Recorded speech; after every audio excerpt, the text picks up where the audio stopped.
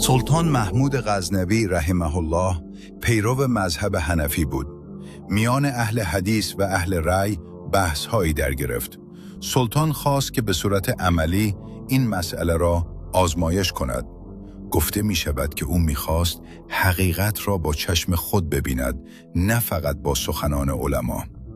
پس به عالم اهل حدیث گفته شد که نخست مطابق بعضی از اقوال فقهی حنفیان وضو و نماز ادا کند. پس او با نبیذ وضو گرفت، استعمال مشک دباغی شده از پوست سگ را نشان داد، بدون رفع یدین نماز خواند و برخی مسائل دیگر را نیز عملی کرد که نمونه‌ای از توصیه‌های فقهی طرف مقابل بود. بعضی از حاضران با تعجب به یکدیگر نگاه می‌کردند، گویی که این اعمال برایشان بسیار عجیب جلوه می‌کرد. حتی نقل است که برخی درباریان لبخند پنهانی زدند وقتی حرکات نماز را مشاهده می‌کردند.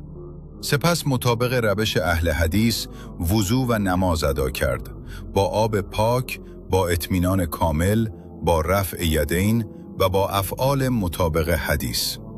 مجلس ناگهان آرام شد و همه با دقت به نماز او نگاه می‌کردند.